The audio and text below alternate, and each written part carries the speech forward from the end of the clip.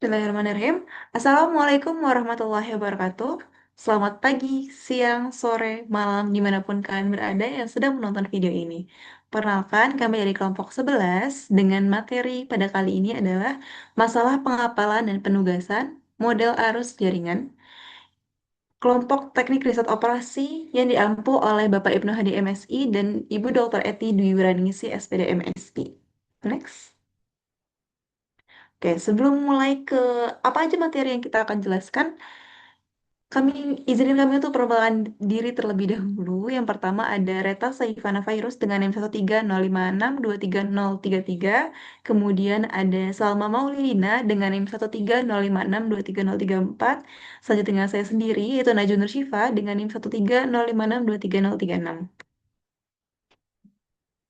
Oke, pada presentasi pada kali ini, kami izin membawakan tiga materi yang seperti sudah disebutkan pada judul awal depan ya. Yang pertama adalah masalah pengepalan atau transshipment problem, kemudian ada masalah penugasan atau assessment problem, kemudian ada model arus jaringan, yang terakhir, ini bukan materi tapi latihan soal. Next. Oke, dimulai dari masalah pengepalan atau transshipment problem.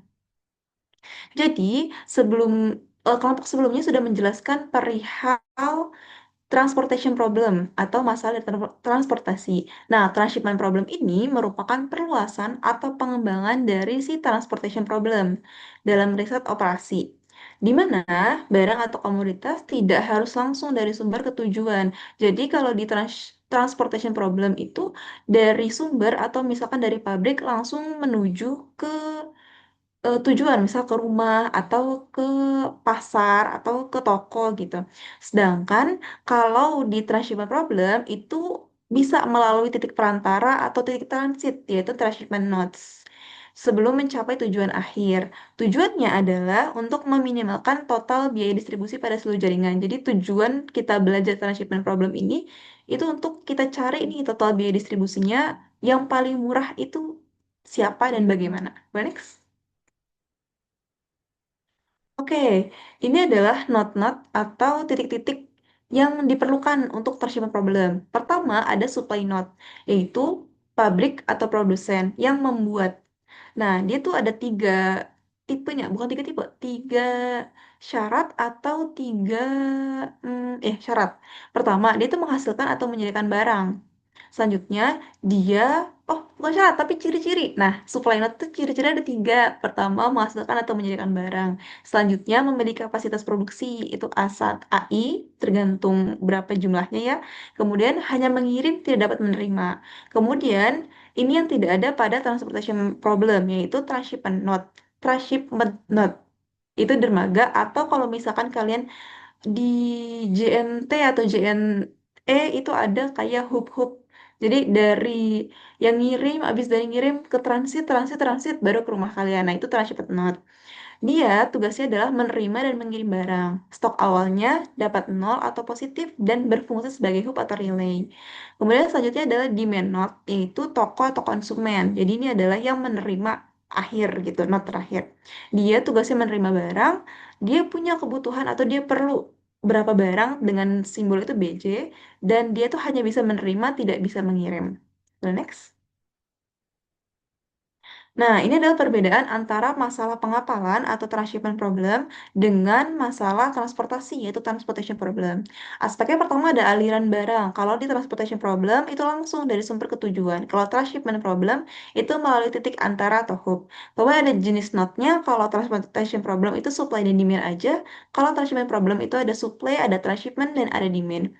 Kemudian, struktur jaringannya, kalau transportation problem itu bipartite graph atau hanya dua kelompok gitu. Kalau misalkan transshipment problem itu ada general direct graph.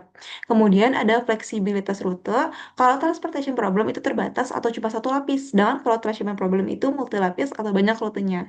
Secara kompleksitas, transportation problem itu lebih sederhana. Sedangkan transshipment problem itu lebih kompleks dan lebih realistis. Untuk pengaplikasiannya, kalau transportation problem itu distribusi sederhana, dan untuk transshipment problem itu rantai pasoknya nyata. Kemudian logistik lanjut bisa dipakai juga. Penyelesaiannya kalau transportation problem bisa pakai NW corner, VEM, dan MODI. Sedangkan kalau transshipment problem itu pakainya reduksi ke transportation problem terus tambah LP. Next. Ini adalah model matematika pertama dari si masalah pengapalan atau transshipment problem. Pertama ada fungsi tujuan. Fungsi tujuannya jelas untuk meminimalkan total biaya transportasi seperti yang sudah dijelaskan tadi. Rumusnya adalah min Z sama dengan sigma sigma I dan sigma J dari total perkaliannya CIJ dan XIJ. Kemudian ada kendala, kendala itu ada kendala suplai atau kendala penawaran, di mana sigma XIJ itu kurang dari AI atau dari si suplainya. Sedangkan kalau demand, kendala demand, permintaan, kendala XIJ lebih dari BJ, di mana BJ itu adalah permintaannya. Nah, boleh next. Nah, model matematika selanjutnya adalah kendala transshipment atau flow balance, kesamaan arus. Ini yang tidak ada di transportation problem. Dimana kalau di transportation problem kan nggak ada titik transit ya. Di sana kan karena ada titik transit, maka perlu perlu ada syarat bahwa semua yang masuk harus sama dengan semua yang keluar. Maka sigma XIK sama dengan sigma XKJ untuk setiap K anggota transshipment. Terus terakhir adalah kondisi non negatif, semua XIJ itu harus lebih besar sama dengan nol untuk setiap I dan J. Next. Ini adalah notasi dan parameternya, di mana XIJ adalah jumlah unit yang dikirim dari I ke J, kemudian CIJ adalah biaya pengiriman per unit dari I ke J, AI merupakan penawaran atau supply di node I, kemudian BJ adalah permintaan atau demand di node J, kemudian SI adalah stok awal di transshipment node I, kemudian M adalah jumlah dari supply node-nya, N adalah jumlah demand nodes, dan P adalah jumlah transshipment nodes. Next. Ini adalah salah satu contoh yang ada di buku Tyler, yaitu cari biaya terkecil untuk memenuhi kebutuhan Kansas City, Omaha, dan Des Moines. Nah, di buku itu dijelasin kalau misalkan dikasih nih tabelnya. Pertama dari farmnya, ada dua farm, yaitu Nebraska dan Colorado. Kemudian ada tempat transitnya atau grain elevator, itu ada Kansas City, Omaha, dan Des Moines. Itu dijelasin kalau misalkan dari Nebraska ke Kansas City berarti harganya $16 biayanya. Kemudian Nebraska ke Omaha $10 dan begitu selanjutnya. Kemudian diberitahu juga nih tabel selanjutnya yaitu dari si titik transit ke tujuannya itu berapa harganya. Misal dari Kansas City ke Chicago harganya $6. Kemudian dari Omaha ke Cincinnati yaitu $11 gitu. Next. Nah, dari tabel tersebut, kita susun nih grafik atau alur transshipment. Ini bisa juga sebaliknya. Jadi kadang dikasihnya versi tabelnya terlebih dahulu, terus kita buat si grafnya, atau sebaliknya. Kita tak dikasih taunya grafnya dulu, baru dibuat tabelnya. Oke, setelah dibuat grafnya nih, kita susun nih fungsi tujuan untuk meminimalkan total biaya transportasi, di mana min Z adalah total dari seluruh penjumlahan dari seluruh perkalian antara harga barang sama jumlah barang yang dikirim. Cuma kan kita belum tahu ya X13-nya berapa, X14-nya berapa, X15-nya berapa, dan seterusnya. Kemudian yang ketiga adalah menyusun fungsi kendala. Di mana kendala ada beberapa. Yang pertama adalah kendala supply, di mana Nebraska itu ada X13, X14, X15, artinya adalah semua unit yang keluar dari si Nebraska. Nebraska tadi kan satu ya, berarti I-nya satu, kemudian menuju kemana? Ketiga, 4, dan 5. Berarti Nebraska X1, 3, X1, 4, X1, 5. Gitu pun dengan Colorado. Kurang dari sama dengan 300 karena memang Nebraska punyanya cuma 300 si supply-nya. Colorado pun demikian, dia cuma punya 300. Berarti kendalanya kurang dari sama dengan 300. Keluarnya dari angka 2, menujunya ke angka 3, angka 4, dan angka 5. Sorry, bukan angka not. Not 3, not 4, not 5. Next. Selanjutnya adalah kendala demand, di mana Chicago itu cuma bisa, bukan cuma bisa, dia maunya 200. Esther Louis minta 100 sama Cincinnati minta 300. Jadi mereka masing-masing punya keinginan tersendiri untuk mereka perlu berapa gitu demand-nya. Kemudian adalah kendala flow balance, yaitu di mana jumlah barang masuk ke transshipment node harus sama dengan jumlah barang keluar. Jadi kita bisa tahu secara grafnya tadi siapa aja yang masuk ke Kansas City dan siapa aja yang keluar. Itu harus sama dengan kan. Jadi X13 tambah X23 sama dengan X36 tambah X37 tambah X38. Bisa dibuat menjadi X13 ditambah X23 dikurang X36 dikurang X37 dikurang X38 sama dengan 0. Begitupun dengan Omaha dan Des Moines. Kemudian adalah kendala non negatif. Kendala negatif ini Ini maaf harusnya bukan plus tapi koma juga. Jadi dari semua notnya itu harus lebih dari sama dengan nol dan tidak boleh negatif. Boleh next? Nah, selanjutnya adalah penyelesaian menggunakan Excel.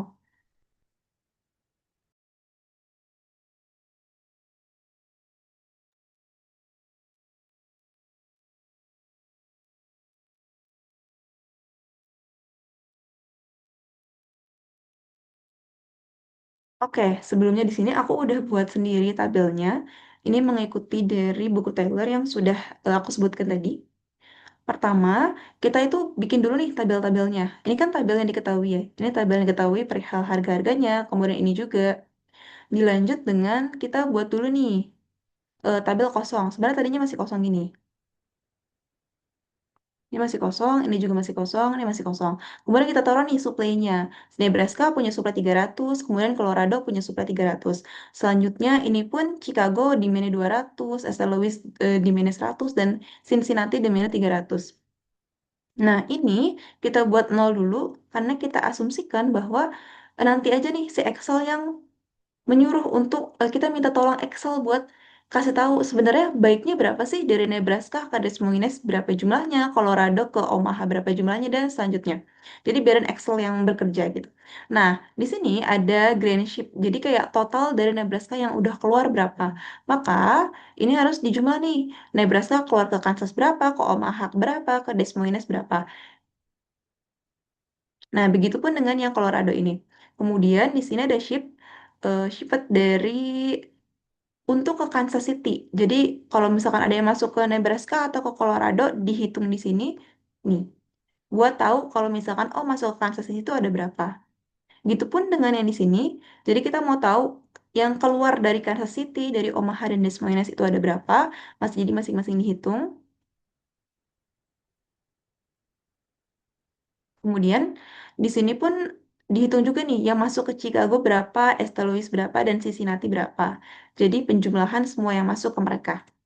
Nah, di sini kita buat nih teman-teman transshipment flows atau alur dari transshipmentnya. Kita buat dengan cara mengurangi berapa yang masuk dan berapa yang keluar. Jadi ini berapa yang masuk ke Kansas City dan berapa yang keluar dari Kansas City itu dikurang. Begitupun dengan Omaha.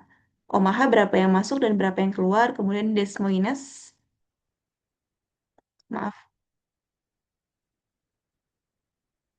Nah, Des Moines pun demikian, berapa yang masuk dan berapa yang keluar.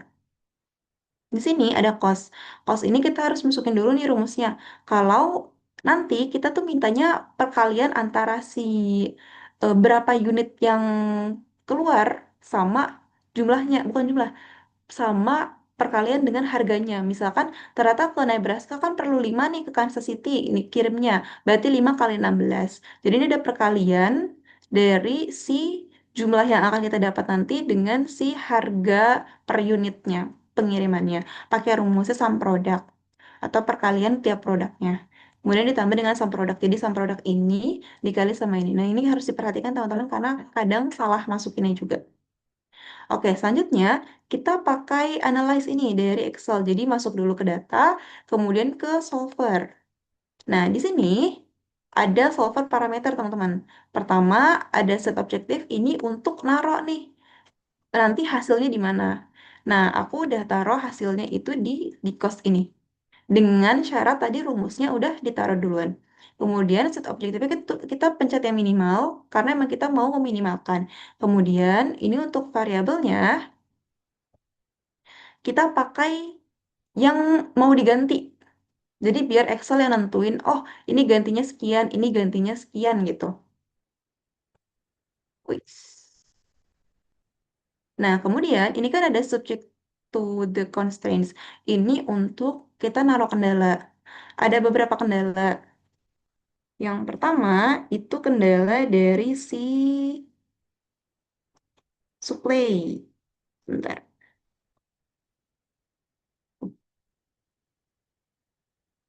Hmm. Kendala supply di mana dia itu sama dengan dia. Jadi nggak boleh sebenarnya ini ada tipsnya teman-teman. Kalau misalkan dia demand sama supply-nya itu sama, maka semuanya sama dengan. Kalau demand-nya lebih kecil, berarti di sininya lebih kecil sama dengan. Kalau misalkan dia demandnya lebih besar, itu berarti bisa sama dengan aja, bisa lebih besar sama dengan gitu. Kemudian setelah sama dengan oke, kita tambah lagi. Kendala kedua adalah kendala si transshipment-nya. Di mana kita harus bilang kalau misalkan dia si transshipment flows itu harus sama dengan nol. Harus banget sama dengan nol karena sesuai syarat tadi kita bilang kalau misalkan semua yang masuk harus sama dengan yang keluar. Setelah di add lagi, kita masuk ke kendala demand, kendala permintaan. Di mana harapannya semua permintaan ini terwujud, teman-teman. Ini semua terwujud. Sekali lagi karena ini supply-nya kan total 600, kemudian demand-nya juga 600. Jadi kita bisa pakai sama dengan. Karena berarti bisa terpenuhi gitu. Nah, setelahnya kita pilih yang simplex LP, kemudian solve. Oke, ini tetap pencet aja keep solve a solution, kemudian oke. Nah, kita dapat cost minimum dari kasus ini adalah $12.400 dengan ternyata menurut Excel yang bagus dari Colorado kirim langsung 300 ke Omaha, kemudian Nebraska paling bagusnya langsung kirim 300 ke Des Moines. Selanjutnya dari Des Moines dipecah nih, ada 200 ke Chicago, kemudian ada 100 ke St. Louis, sedangkan Omaha langsung dapat 300 ke Cincinnati gitu teman-teman.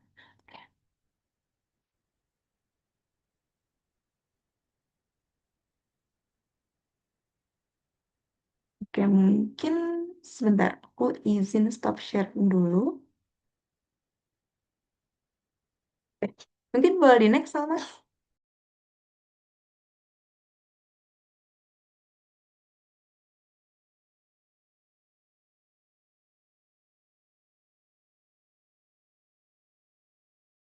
Nah, selanjutnya, sebenarnya karena tadi kan dibilang kalau misalkan transshipment problem itu adalah perpecahan atau bukan pecahan sih, kasus khusus lanjutan dari si transportation problem. Maka kita bisa loh merubah si transshipment problem ini menjadi transportation problem.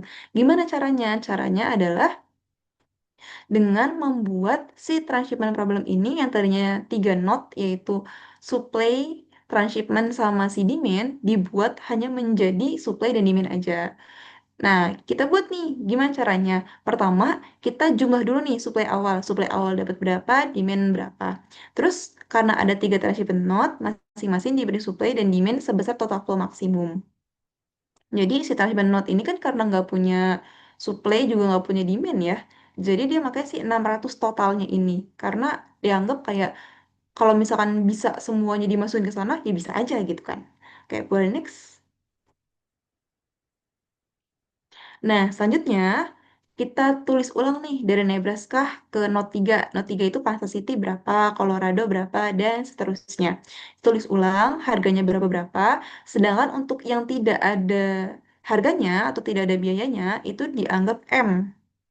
M itu dimaksudkan adalah biaya yang sangat besar sehingga tidak dapat dipilih. Atau dengan kata lain, tidak ada graf asli yang menghubungkan keduanya. Sedangkan kalau dari dirinya sendiri ke diri sendiri, Kansas City kan notnya 3, kemudian ketiga sendiri. Itu kan berarti ke diri sendiri. Dia tetap nol karena kayak ya udah nggak ada biayanya, cuma narok doang gitu aja. Nah, gitu. Boleh next? Oke. Untuk selanjutnya akan dijelaskan oleh rekan saya kepada Reta, dipersilahkan. Terima kasih Nur. Selanjutnya kita ada materi yang kedua yaitu assignment problem. Jadi assignment problem adalah masalah optimasi khusus dari transportation problem yang tujuannya itu untuk menentukan penugasan sejumlah sumber daya sehingga setiap sumber daya itu hanya mendapatkan satu tugas dan setiap tugas hanya dikerjakan oleh satu sumber daya. Jadi tujuan dari assignment problem ini adalah untuk meminimalkan total biaya ataupun waktu, atau juga bisa untuk memaksimalkan total keuntungan dari seluruh penugasan yang dilakukan. Contoh dari assignment problem itu ada karyawan yang ditugaskan ke pekerjaan, mesin yang ditugaskan ke pekerjaan, dan juga kendaraan yang ditugaskan ke rute. Boleh di next. Oke, selanjutnya ada asumsi yang ada pada assignment problem. Yang pertama itu adalah jumlah orang atau sumber daya yang akan ditugaskan itu harus sama dengan jumlah tugas yang tersedia. Jadi semisal ada 4 pekerja, maka harus ada 4 tugas, dan jika ada 3 mesin, maka harus ada 3 pekerjaan. Yang kedua yaitu setiap pekerja atau sumber daya hanya boleh mengerjakan satu tugas saja. Contoh, kalau pekerja A sudah mengerjakan tugas satu, maka pekerja A tidak boleh mengerjakan tugas lainnya. Boleh di next. Yang ketiga yaitu satu tugas hanya boleh dikerjakan oleh satu pekerja. Jadi contoh, jika tugas T1 sudah dikerjakan oleh pekerja A, maka pekerja B dan C itu tidak boleh ikut mengerjakan tugas T1. Yang keempat, setiap kombinasi pekerja dan tugas memiliki biaya tertentu, di mana disimbolkan dengan CIJ, yang artinya biaya jika pekerja I mengerjakan tugas C. Dilanjut. Asumsi yang terakhir, yang kelima, yaitu tujuan assignment problem adalah untuk menentukan penugasan terbaik agar total biaya keseluruhan menjadi minimum. Di mana asumsi ini membuat assignment problem menjadi bentuk khusus dari transportation problem dengan supply-nya sama dengan satu dan demand sama dengan satu. Boleh di next. Berikut adalah model matematika dari assignment problem. Yang pertama ada variabel keputusan di mana XIJ bernilai 1 jika pekerja I mengerjakan tugas J dan akan bernilai 0 untuk lainnya. Variabel ini disebut dengan binary variable, yaitu variabel hanya bernilai 0 atau 1 untuk mempresentasikan keputusan iya atau tidak, yaitu apakah assign I mengerjakan tes C. Selanjutnya ada fungsi tujuan di mana minimize Z sama dengan sigma dari I sama dengan 1 sampai N, sigma dari J sama dengan 1 sampai N, CIJ dikali XIJ. Ini untuk meminimalkan total biaya dari semua penugasan yang dilakukan. Boleh di next. Selanjutnya ada kendala, di mana kendala step assign mengerjakan tepat satu tes itu persamaannya adalah sigma dari J sama dengan 1 sampai N, X, I, J sama dengan 1. Dan untuk kendala setiap tes dikerjakan tepat satu assign, persamaannya adalah sigma dari I sama dengan 1 sampai N, X, I, J sama dengan 1. Untuk variabel binernya, X, I, J bernilai 0 atau 1. Boleh di next. Oke. Transportation simplex ini sebenarnya bisa dipakai untuk menyelesaikan assignment problem, tetapi akan sulit karena akan terlalu banyak degenerasinya, iterasinya akan menjadi lambat dan akan banyak variabel nol. Itulah assignment problem itu biasanya diselesaikan dengan metode khusus yang disebut metode Hungarian. Kita masuk ke metode Hungarian. Secara pengertian, metode Hungarian ini algoritma khusus untuk menyelesaikan assignment problem yang dimana dikembangkan oleh matematikawan Hungaria. Algoritma ini bekerja langsung pada cost table dan jauh lebih efisien dibanding transportation simplex. Ide utamanya adalah algoritma ini akan mengubah cost table asli menjadi serangkaian equivalent cost tables hingga ditemukan table di mana solusi optimal akan langsung terlihat. Itu table yang hanya berisi elemen nol atau positif dan semua penugasan dapat dilakukan pada posisi yang bernilai nol. Boleh next. Berikut untuk langkah-langkah dari metode Hungarian. Yang pertama, kita susun dulu table biaya atau table waktunya. Yang kedua, kita akan melakukan reduksi pada baris dan kolom, di mana nanti setiap eh, baris itu akan dikurang dengan nilai terkecil pada baris, begitu pula dengan kolom, nanti setiap kolom akan dikurang dengan nilai terkecil pada kolom. Yang ketiga itu menutup semua nol dengan jumlah garis minimum. Nanti setelah kita melakukan reduksi baris dan kolom, kita akan identifikasi semua elemen nol yang ada pada tabel. Lalu kita akan buat jumlah garis, entah itu horizontal ataupun vertikal, paling sedikit yang bisa menutupi semua elemen nol pada tabel. Yang keempat itu memeriksa optimalitas, di mana jika jumlah garis yang sudah kita buat itu sesuai dengan ukuran tabel, maka solusinya sudah optimal. Tapi jika belum, kita bisa lanjut ke langkah berikutnya. Boleh di next. Langkah berikutnya, jika belum optimal adalah menyesuaikan elemen table, di mana nanti kita identifikasi nilai terkecil yang belum tertutup garis. Nah, nanti nilai terkecil tersebut itu eh, kita tambahkan ke elemen di persimpangan garis, tetapi kita kurangkan ke nilai yang lainnya. Lalu eh, kita lihat lagi optimalisasinya sorry, jika jumlah garis sudah sama dengan ukuran tabel, maka artinya sudah optimal. Jika sudah optimal, kita bisa merangkum hasil dan keputusannya. Jadi next. Oke, jadi boleh lanjut ke contoh soal, di mana ada sebuah perusahaan memiliki 4 karyawan dan 4 pekerjaan berbeda. Karena perbedaan keterampilan dan jenis pekerjaan, biaya setiap alternatif penugasan berbeda-beda, seperti pada tabel berikut. Boleh di next ya. Seperti langkah-langkah yang tadi sudah saya bacakan, maka yang pertama kita harus menyusun tabel, di mana tabelnya menjadi 4 kali 4, di mana ada 4 karyawan dan ada 4 pekerjaan. Langkah kedua itu kita akan melakukan reduksi baris, di mana setiap barisnya kita akan cari nilai terkecil dan semuanya akan kita dan pada baris tersebut, nilai pada baris tersebut akan kita kurangi dengan nilai terkecil. Karena pada baris A nilai terkecilnya adalah 150, maka setiap nilai pada baris A akan kita kurang dengan 150. Untuk baris B, karena nilai terkecilnya ada 140, maka semua nilai pada baris B akan kita kurang dengan 140. Begitu pula dengan C dan D, di mana baris C nilai terkecilnya ada 200 dan nilai D eh, dan baris D nilai terkecilnya adalah 160. Next. Nah, ini adalah tabel untuk hasil dari reduksi baris, di mana sudah terlihat banyak elemen nolnya di situ.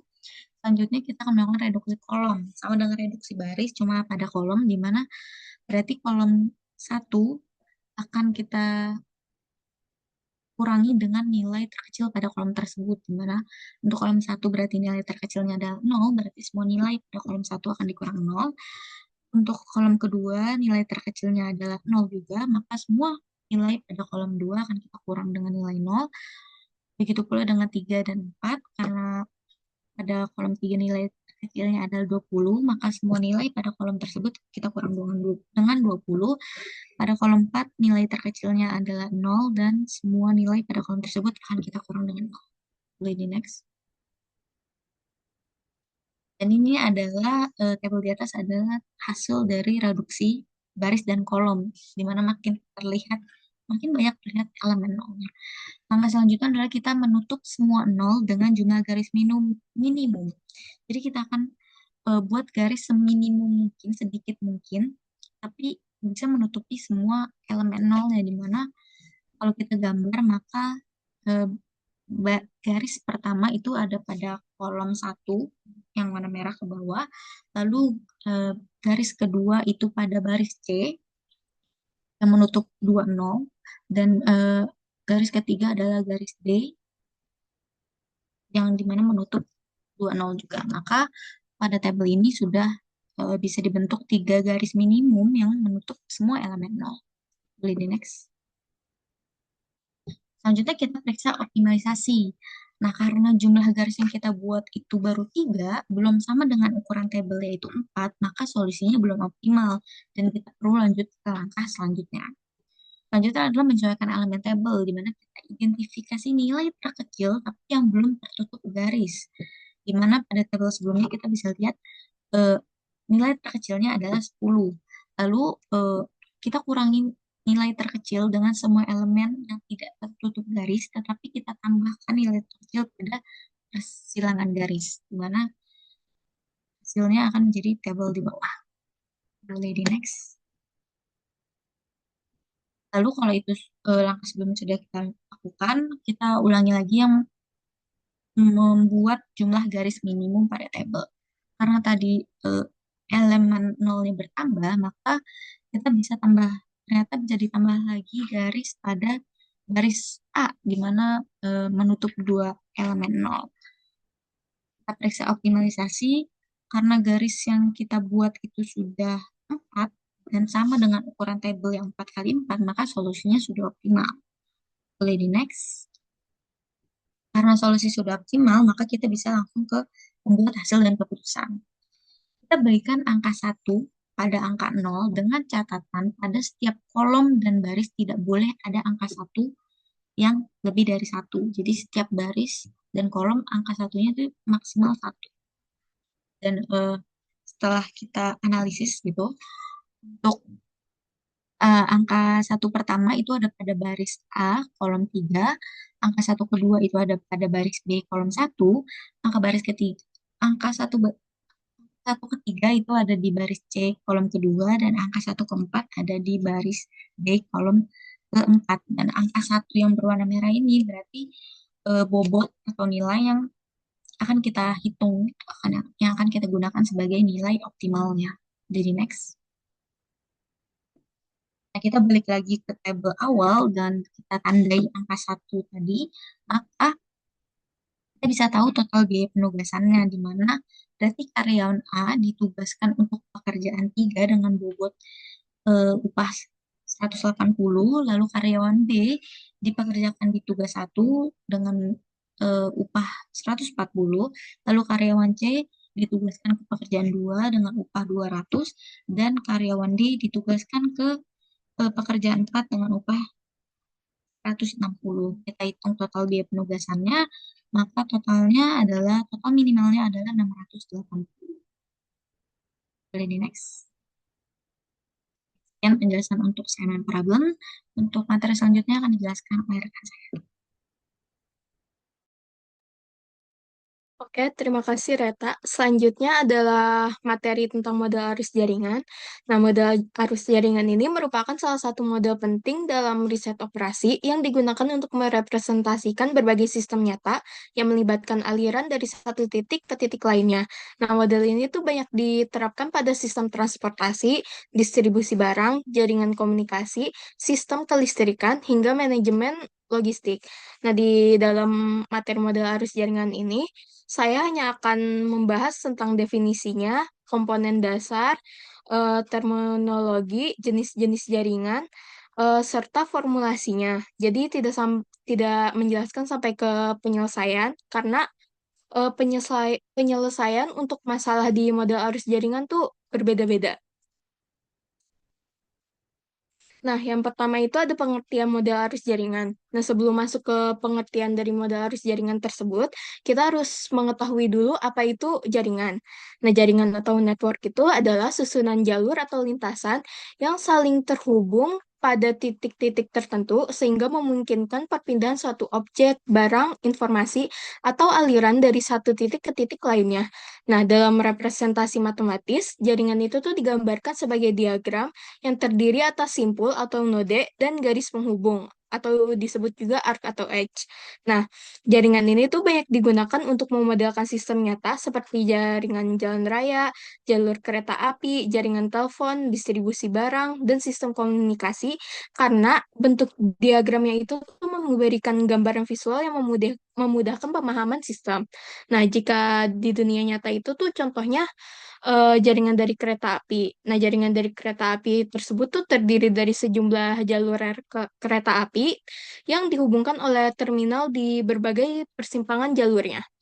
Nah, terus arti dari model arus jaringan atau network flow model adalah model optimasi yang digunakan untuk menganalisis aliran suatu objek melalui jaringan dari titik asal menuju titik tujuan. Nah, model ini tuh termaksud ke dalam model bentuk khusus program linear karena melibatkan variabel keputusan berupa aliran pada setiap jalur jaringan serta fungsi tujuan dan kendala tertentu. Nah, dalam praktiknya, model ini tuh lebih mudah direpresentasikan dalam bentuk node dan arc dibandingkan dalam bentuk persamaan linear biasa. Nah, model arus jaringan ini tuh digunakan untuk menentukan aliran terbaik berdasarkan tujuan tertentu. Nah, contoh tujuannya itu tuh meminimumkan biaya distribusi atau jarak tempuh, ataupun memaksimumkan jumlah aliran yang dapat dikirim melalui suatu jaringan. Nah, selanjutnya itu ada komponen model arus jaringan. Yang pertama itu tuh ada node atau simpul, yang artinya itu tuh titik dalam jaringan yang mewakili lokasi, objek, ataupun pusat aktivitas tertentu. Contohnya itu tuh adalah kota, terminal, gudang, persimpangan jalan, ataupun pusat distribusi. Yang kedua tuh adalah arc atau edge atau disebut juga dengan busur, yang artinya garis penghubung antara node yang menunjukkan adanya hubungan atau jalur perpindahan dalam suatu jaringan. Nah, arc ini tuh dapat merepresentasikan jalan, jalur distribusi, jalur komunikasi, ataupun saluran transportasi lainnya. Yang ketiga adalah directed arc atau busur berarah, yang artinya itu tuh jalur yang hanya dapat dilalui dalam satu arah tertentu. Nah, arah aliran ini tuh ditunjukkan dengan tanda panah. Contohnya adalah jalan satu arah atau aliran data yang hanya bergerak ke satu tujuan. Yang keempat adalah undirected arc. Undirected arc atau busur tak berarah adalah jalur yang dapat dilalui dari kedua arah. Nah, jalur seperti ini tuh umumnya ditemukan pada jalan dua arah ataupun pipa yang memungkinkan aliran bolak-balik. Yang terakhir adalah flow atau aliran, yang artinya itu tuh jumlah objek, barang, informasi, ataupun sumber daya yang bergerak melalui suatu arc dari node ke node lainnya dalam suatu jaringan. Nah, besarnya flow ini tuh biasanya dinyatakan dalam satuan tertentu. Misalnya itu tuh unit barang, kendaraan, data, ataupun orang per satuan waktu. Flow pada suatu arc itu tuh umumnya dibatasi oleh kapasitas maksimum arc tersebut. Selanjutnya itu tuh ada contoh node, arc, dan flow di kehidupan nyata. Nah, misalnya itu tuh eh, nodenya itu tuh persimpangan jalan. Artinya tuh arc-nya itu tuh adalah jalan dan flow-nya itu adalah kendaraan. Yang kedua itu tuh ada nodenya itu bandara, maka busurnya itu tuh jalur udara dan alirannya itu tuh pesawat. Yang ketiga adalah misalnya titik simpulnya itu tuh titik penghubung atau switching points. Maka arc-nya itu tuh kabel atau saluran dan alirannya itu tuh suatu pesan. Nah, yang keempat itu simpulnya itu tuh stasiun pompa, maka busurnya itu pipa dan alirannya itu tuh adalah fluida ataupun cairan. Yang terakhir adalah misalkan simpulnya itu tuh pusat kerja, maka busurnya itu jalur penanganan material dan alirannya itu tuh ada pekerjaan. Nah, selanjutnya itu tuh ada contoh grafnya. Nah, dari gambar di samping itu, kita dapat melihat ada graf dengan simpul atau node yang A, B, C, D. Nah, yang dihubungkan dengan suatu garis yang disebut busur ataupun arc. Nah, garis yang panahnya merah, berwarna merah itu, yang menghubungkan simpul C dan A atau simpul A dan D itu tuh merupakan directed arc. Artinya, aliran itu tuh hanya mengalir dari satu arah dan tidak ke arah yang lainnya. Alias, aliran tersebut tuh mengalir dari titik C ke titik A atau dari titik A ke titik D, namun tidak dari titik A ke titik C. Jadi hanya satu aliran saja. Sedangkan yang garis berwarna hitam itu tuh yang menghubungkan titik A ke B atau B ke C ataupun C ke D itu tuh disebut undirected arc. Nah, undirected arc itu artinya aliran itu tuh dapat mengalir di dua arah atau bisa bolak-balik. Nah, jadi aliran itu tuh dapat mengalir dari titik A ke titik B ataupun sebaliknya, yaitu dari titik B ke titik A. Selanjutnya ada jenis-jenis jaringan ataupun network types. Yang pertama itu tuh ada directed network, yaitu jaringan yang seluruh arc-nya tuh memiliki arah tertentu sehingga aliran hanya dapat bergerak sesuai arah panah yang ditentukan. Artinya, jaringan tersebut tuh hanya memuat directed arc atau busur terarah. Nah, hal ini tuh dapat dilihat di gambar A yang semua simpulnya tuh terhubung dengan garis panah aja. Nah, misalkan B ke C, nah garisnya cuma garis panah. A ke B, garisnya garis panah. Nah, yang kedua itu tuh ada undirected network atau yang disebut juga dengan jaringan tak berarah, yang artinya jaringan yang seluruh jalurnya itu tuh tidak memiliki arah tertentu sehingga aliran dapat bergerak dua arah. Nah, jaringan ini tuh artinya tuh hanya memuat undirected arc. Nah, hal ini tuh dapat dilihat dari gambar B yang semua simpulnya tuh terhubung dengan garis tanpa tanda panah atau garis polos aja. Yang terakhir tuh ada mixed network atau jaringan yang terdiri atas kombinasi directed arc dan undirected arc. Nah, kalau misalkan kalian lihat dari gambar C, simpul-simpulnya itu tuh dihubungi oleh garis panah dan garis garis biasa aja. Nah, jaringan campuran ini dapat diubah menjadi jaringan berarah atau directed network dengan menggantikan setiap jalur tak berarah menjadi dua jalur berarah yang saling berlawanan. Maksudnya itu tuh simpul-simpul yang dihubungkan dengan garis biasa aja, misalkan yang C sama ke E, itu tuh bisa diubah menjadi dua panah seperti yang di gambar A, yang dari D ke E ke D. Jadi yang C ke E itu kita ubah menjadi seperti ini.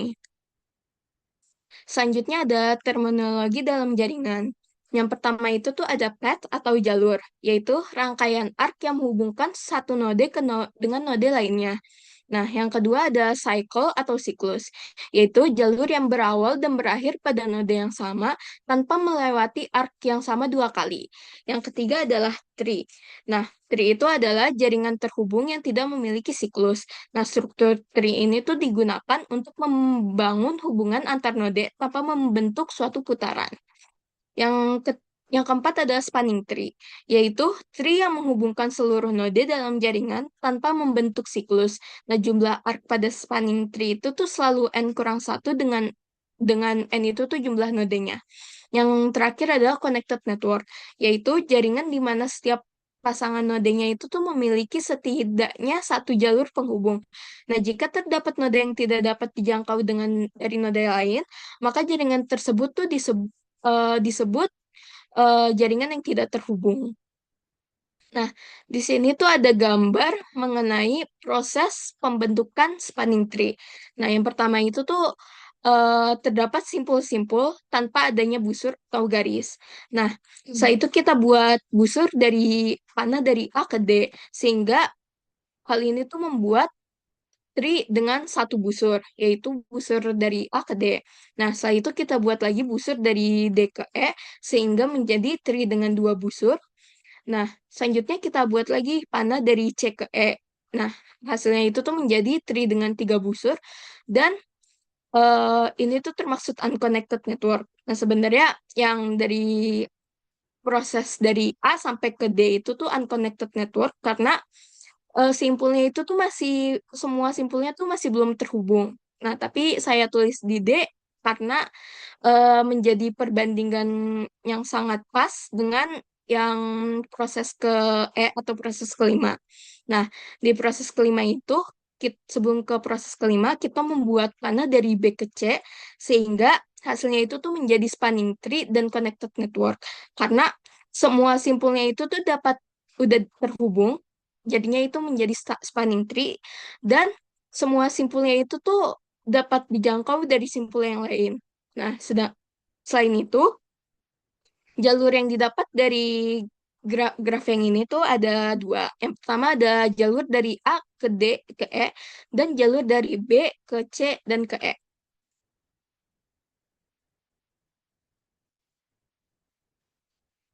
Selanjutnya adalah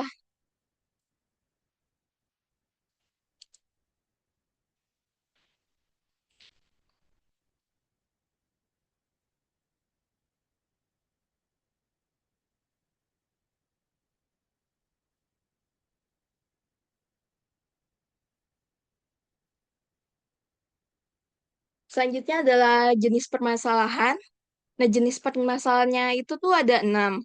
Nah, tapi saya bagi tiga-tiga. Yang pertama itu ada shortest path problem, yaitu masalah yang menentukan jalur terpendek dari suatu titik asal atau origin menuju titik tujuan atau destination.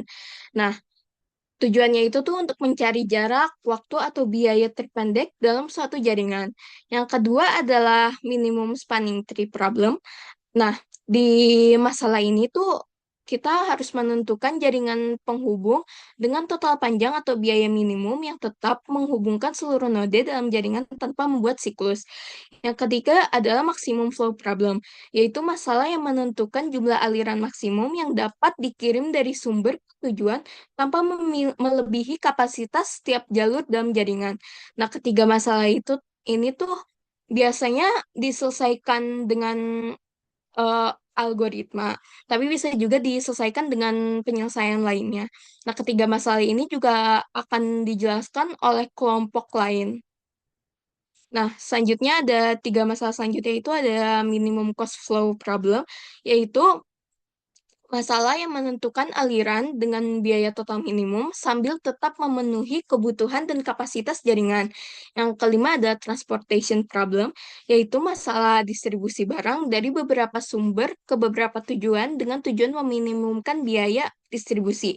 Yang keenam ada assignment problem atau masalah yang tadi dibahas, yang menentukan penugasan terbaik antara sumber dan pekerjaan sehingga diperoleh biaya minimum atau keuntungan maksimum. Nah, ketiga masalah lainnya, terutama masalah minimum cost flow problem itu merupakan masalah khusus. Jadi, masalah ini tuh biasanya diselesaikan dengan metode simplex yang disebut dengan network simplex method, tapi bisa juga diselesaikan dengan dengan penyelesaian lainnya. Nah, sebelum masuk ke formulasi model, kita balik dulu ke sini.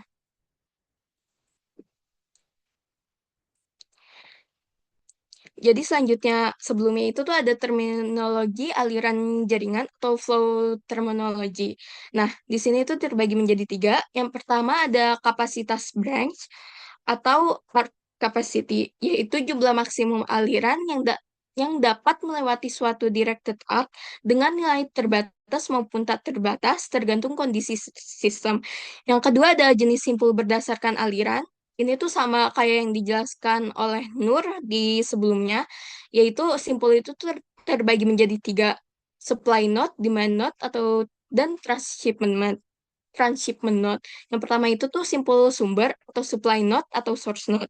Nah, artinya itu tuh simpul yang menghasilkan aliran sehingga jumlah aliran keluar tuh lebih besar dibandingkan aliran masuk. Yang kedua adalah simpul tujuan atau demand node atau sink node, yaitu simpul yang menerima aliran sehingga jumlah aliran masuk itu tuh lebih besar daripada aliran keluar. Yang ketiga adalah simpul transit atau transit node, yaitu simpul yang hanya meneruskan aliran sehingga jumlah aliran masuk sama dengan jumlah aliran keluar. Nah, yang ketiga tuh ada keseimbangan aliran atau conservation of flow, yaitu prinsip yang menyatakan bahwa total aliran yang masuk ke suatu node harus sama dengan total aliran yang keluar, kecuali pada node supply node dan demand node. Oke. Selanjutnya masuk ke formulasi model arus jaringan. Nah, formulasi ini tuh sebenarnya sama kayak di masalah-masalah sebelumnya yang dijelasin oleh Nur dan Reta. Nah, secara umum tuh formasi model jaringan juga sama juga terdiri atas variabel keputusan, fungsi tujuan, dan kendala. Nah, yang pertama itu tuh variabel keputusan. Nah, variabel keputusan ini tuh menunjukkan besarnya aliran yang melewati suatu arc dalam jaringan. Misalnya tuh XIJ sama dengan jumlah aliran dari node I ke node J. Nah, nilai XIJ ini tuh menyatakan banyaknya barang, kendaraan, informasi, ataupun objek lainnya yang dialirkan melalui suatu arc tersebut. Nah, selanjutnya tuh ada fungsi tujuan. Fungsi tujuan dalam model arus jaringan itu tuh tergantung pada jenis permasalahan yang dianalisis. Pada umumnya tuh fungsi tujuan digunakan untuk meminimumkan biaya distribusi atau meminimumkan jarak atau waktu tempuh atau juga meminimumkan jumlah aliran dalam jaringan. Contoh bentuk umumnya itu saya menggunakan fungsi tujuan untuk meminimumkan sesuatu. Nah, fungsi tersebut tuh dapat dituliskan sebagai min Z sama dengan sigma untuk IJ untuk CIJ dikali dengan XIJ. Dengan Z itu tuh nilai fungsi tujuan, CIJ itu biaya atau bobot pada arc dari node I ke node J, dan XIJ itu tuh aliran pada arc I dan J. Selanjutnya adalah kendala model. Kendalanya itu tuh ada tiga. Yang pertama adalah kendala keseimbangan aliran atau conservation of flow, di mana bentuknya itu tuh sigma J untuk XIJ dikurang dengan sigma J untuk XJI, sama dengan hasilnya itu tuh BI, di mana Jika BI-nya itu lebih besar dari nol, maka itu artinya tuh supply node. Nah, jika BI-nya itu kurang dari nol, maka artinya itu tuh demand node. Dan jika BI-nya itu sama dengan nol, maka BI itu tuh transshipment node. Nah, selanjutnya ada kendala kapasitas yang bentuknya itu nol kurang dari sama dengan XIJ, kurang dari sama dengan UIJ. Dengan UIJ itu tuh menyatakan kapasitas maksimum arc dari node I ke node J. Yang terakhir adalah kendala non-negatif, yaitu kendala yang terjadi karena aliran itu tuh tidak mungkin bernilai negatif. Maka seluruh variabel keputusannya itu tuh harus memenuhi XIJ lebih besar sama dengan dari nol. Nah, contoh soal untuk model arus jaringan itu tuh saya mengambil contoh soal yang gampang aja, karena di sini saya hanya untuk mengetahui bagaimana kita membuat formulasi model arus jaringan. Nah, contoh soalnya itu tuh misalkan terdapat jaringan distribusi sederhana dengan satu pabrik sebagai sumber dan dua toko sebagai tujuan. Nah, pabrik itu tuh memiliki kapasitas 100 unit barang. Nah, barang tersebut tuh dapat dikirim ke toko A dan toko B dengan biaya tertentu. Nah, untuk representasi jaringannya, misalkan node satu itu tuh pabrik A, pabrik atau source node. Nah, untuk node 2-nya itu toko A dan node 3-nya itu toko B. Nah, selanjutnya kita buat arc atau busur atau garis penghubung antara node-node tersebut. Nah, kita buat penghubung dari node satu ke node 2 dan garis penghubung dari node satu ke node 3. Selanjutnya kita buat variabel keputusannya. Misalkan X12 itu sama dengan jumlah barang dari pabrik ke toko A, dan X13 itu tuh jumlah barang dari pabrik ke toko B. Nah, terus kita buat fungsi tujuannya. Misalkan kita ingin meminimasi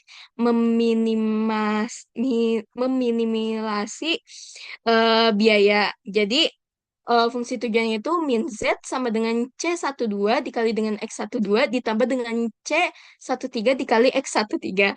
Nah, selanjutnya kita buat kendala kapasitasnya, yaitu X12 ditambah X13 kurang dari sama dengan 100. Selanjutnya kita buat kendala negatifnya, di mana X12 itu tuh kurang lebih besar sama dengan nol dan X13 itu lebih besar sama dengan nol juga. Nah, model tersebut tuh menunjukkan bagaimana jaringan direpresentasikan ke dalam bentuk matematis sebelum dilakukan proses penyelesaiannya. Yang terakhir ada latihan soal. Di sini kami membuat 3 latihan soal. Yang pertama itu tuh sebutkan 4 perbedaan antara transportation problem dan transshipment problem. Untuk soal kedua, kita memberikan suatu graf. Nah, yang isinya tuh ada pabrik Depok, pabrik Bandung, terus ada hub Jakarta, Bekasi, dan Bogor. Setelah itu ada tujuannya itu Lalamart, Indohouse, Bimba, dan rumah. Nah, dari graf tersebut, tentukanlah model matematikanya, kemudian lakukan perhitungan menggunakan Excel untuk mendapatkan solusi minimum cost. Yang terakhir adalah kita memberikan suatu tabel eh, un- mengenai selesainya waktu pengerjaan produk. Nah, dari tabel tersebut, sebuah industri itu perusahaan industri mebel memperkerjakan 6 pekerja untuk mengerjakan 6 tugas dengan keterangan A itu tuh sama dengan lemari, B sama dengan kusen jendela, C sama dengan kusen pintu, D sama dengan meja belajar, E sama dengan set meja dan kursi, dan F sama dengan meja TV. Nah, di sini carilah waktu penugasan optimal atau minimum dengan metode Hungarian dan tugas apa yang harus dikerjakan setiap kerja saat waktu optimal. Nah, sekian presentasi dari kami. Kurang lebihnya mohon maaf. Wassalamualaikum warahmatullahi wabarakatuh.